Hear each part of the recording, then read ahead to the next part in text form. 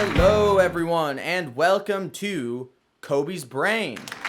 We have got a great show for you today, featuring an interview with a surprise guest and a performance by Paper Penguin. But first, give it up for our amazing band, Ron Roach and the Alien Gang. Also, give it up for my brainless assistant, Coby's Body. Also, give it up for me because I'm now a size that makes sense considering the size of Coby's body. All right, let's get started with Cobys Thoughts, beginning with social media freedom of speech absolutism.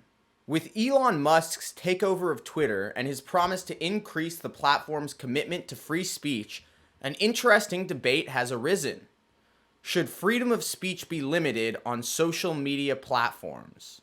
I've been intrigued by arguments on both sides. So on the side of freedom of speech absolutists like Elon Musk, freedom of speech is an important ideal, and people should be able to say whatever they want when they want because it can theoretically move forward the dialectic and bring us closer as a society to actual truth.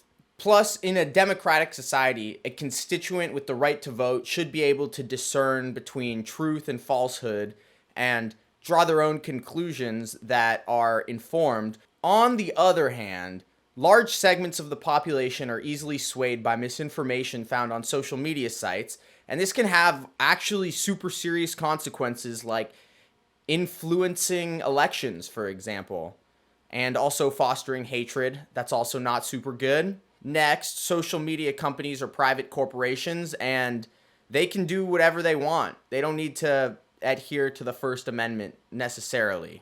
So those are some pretty important points against social media freedom of speech absolutism. But there's a third one that I found really interesting known as the paradox of tolerance. We'd all like to consider ourselves tolerant people, and tolerance is probably a good thing. But is there a point at which a tolerant person should be intolerant of intolerant people? It's an interesting question that was posed by philosopher Karl Popper when he came up with the idea known as the paradox of tolerance. Popper states, if we are not prepared to defend a tolerant society against the onslaught of the intolerant, then the tolerant will be destroyed and tolerance with them. So I do worry about tolerating intolerance a little bit on the part of Twitter, in that maybe it could allow intolerance to grow unchecked. But I'm curious to see what'll happen because maybe it will just move the dialectic forward and there will not be calls to hatred and violence and child pornography everywhere. So yeah, what do you all think? Is Elon's takeover of Twitter and commitment to more freedom of speech going to be a good thing or a bad thing? Let me know in the comments. So next up, we are going to be discussing the shark epiphany and the data dimension. So chances are, if you've chatted with me for an extended period of time, I've annoyingly talked your ear off about my shark epiphany. My shark epiphany came one day when Coby's Body and I were surfing in an area where there had recently been a great white shark attack. I was understandably tripping a little bit due to the fact that there was possibly a shark not too far away from me, when suddenly I had an epiphany. At some point during my surf session, there will be a moment in time where I am the closest distance I will be to a shark during that surf session. That distance might be 1,000 feet or it might be 6 inches. I will probably never know the exact number. However, this is where it gets interesting. That number exists, and it always will exist. This is where people usually stop me and say, so what? And I continue. The distance between me and the shark exists in what I call the data dimension, part of the fabric of reality outside of humanity's immediate sensory perceptions. The data dimension is comprised of mathematics and can be understood through science and technology. That's how we can tap into it. So if we're living in some kind of computer simulation, these numbers in the data dimension could theoretically be extracted from the code, or if there's an omniscient God, he would know all of these numbers also. So if there's an afterlife, we can ask God whatever we want. I could say, "Hey God, how far was I from a shark on that one day? Give me that number, please." For us humans, tapping into the data dimension in whatever ways we can really help us out. There are probably better examples than knowing how close I was to a shark, but even that's would have been useful for me to know. Like, that number would have been helpful, could have eased my fears a little bit. Maybe one day there will be some augmented reality shark distance tracker that shows me how far I am from a shark, thus helping humanity gain insights, at least in this particular for this specific type of data, into this imperceptible but ultimately, I guess, kind of accessible component of reality. And I actually think AR is going to be really cool because it will help us visualize data in a way where we can perceive parts of the data dimension with our eyes in real time. So here's my question for you, audience. If the closest distance between a shark and I on one random day exists, where does it exist? Does it merely exist in theory, or could it exist in some dimension that's just right next to us, but is beyond human sensory capacity? If it does exist in this data dimension, can this data be accessed without communication with an omniscient God, or without access to some theoretical computer code behind the simulation that we're living in? Maybe it's possible. Okay, so we have a very special surprise guest today. Joining us all the way from Northern California. Give it up for my dad. What's up, Dad? How's it going? Hey, what's up? So, Dad, tell our audience a little bit about yourself. Hey, what do you want me to tell me about me? Hey, I guess tell us your story or something. Where are you from? actually born in Kochi, Kerala, India, Nice. and immigrated to Israel the age of 13, and I was there for like 20 years around.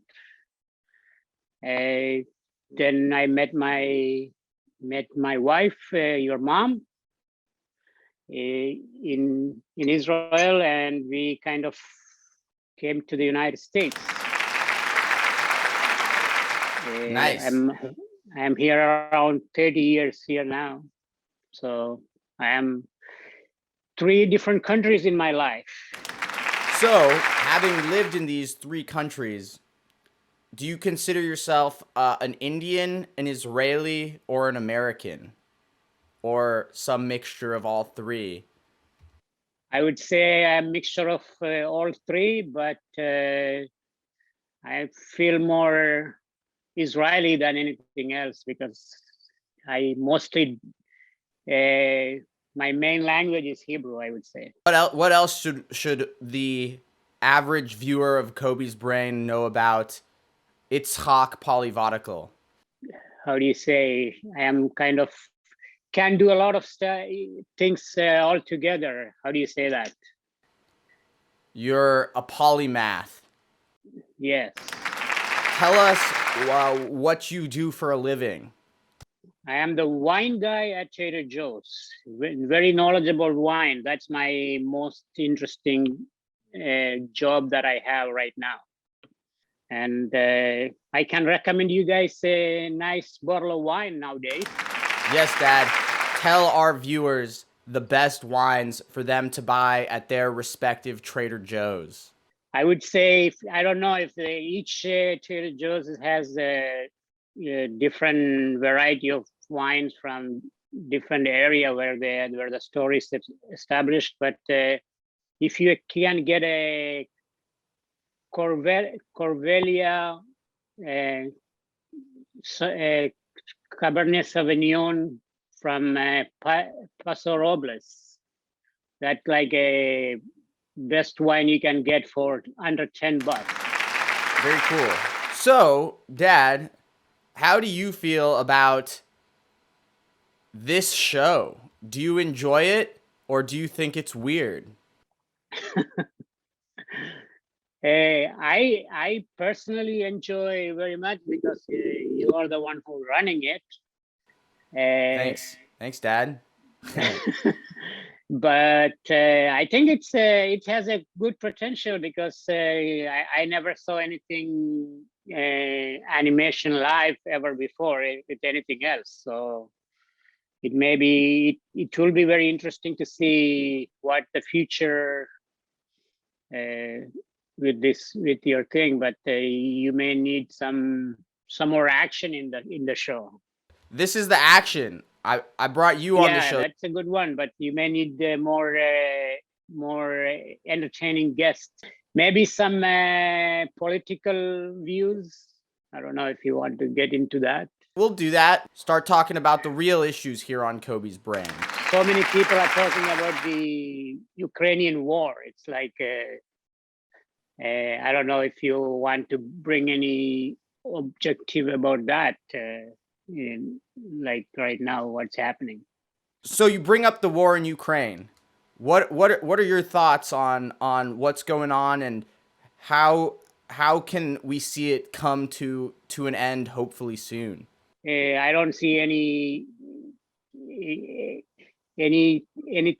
you can achieve from aggression to a independent countries. So even though they are suffering right now, but I don't think Russia can win on this because it's fighting without motivation for the Russian soldiers is not a great war to win. This is from my experience from the Israeli army. Yeah. I was gonna ask you. So you've actually been in wars because as someone who has served in as a medic in the army in the Israeli army, yeah. How does that make you feel about wars and Oh, war is terrible as far as that goes.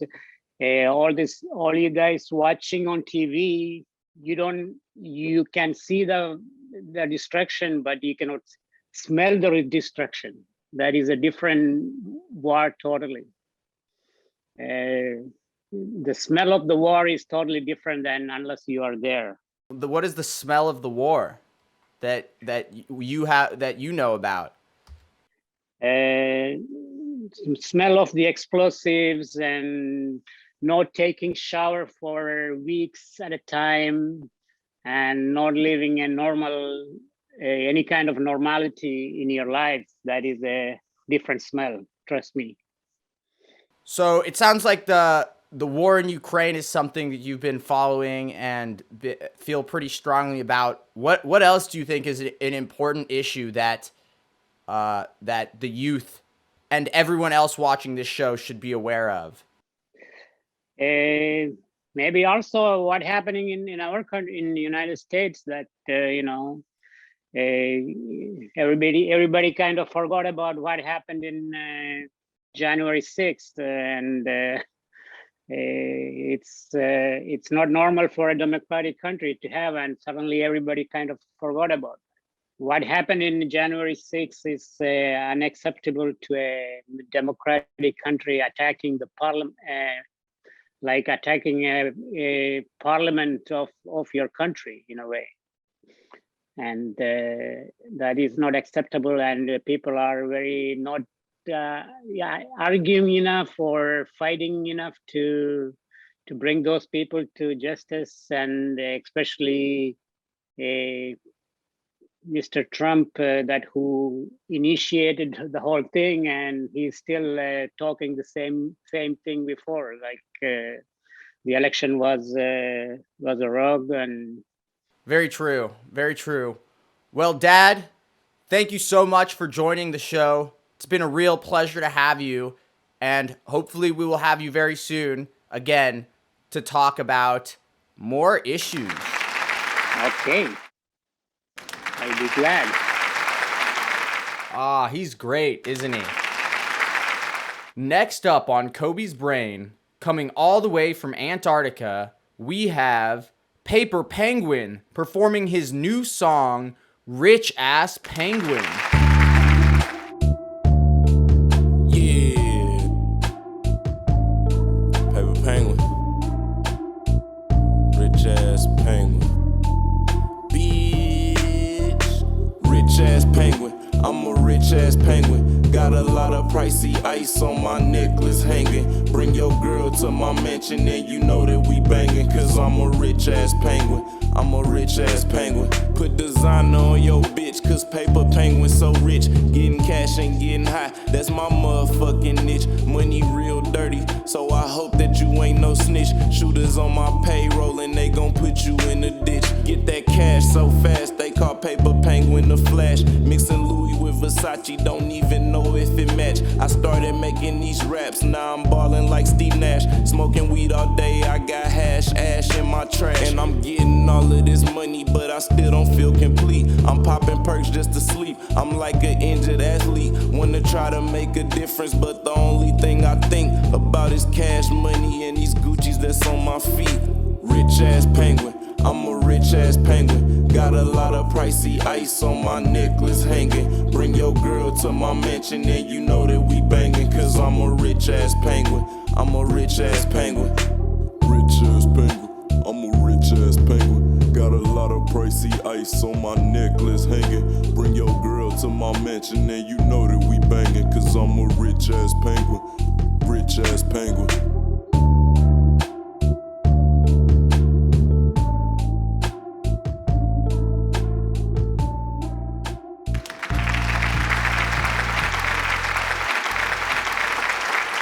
Wow, thank you for that incredible performance, Paper Penguin.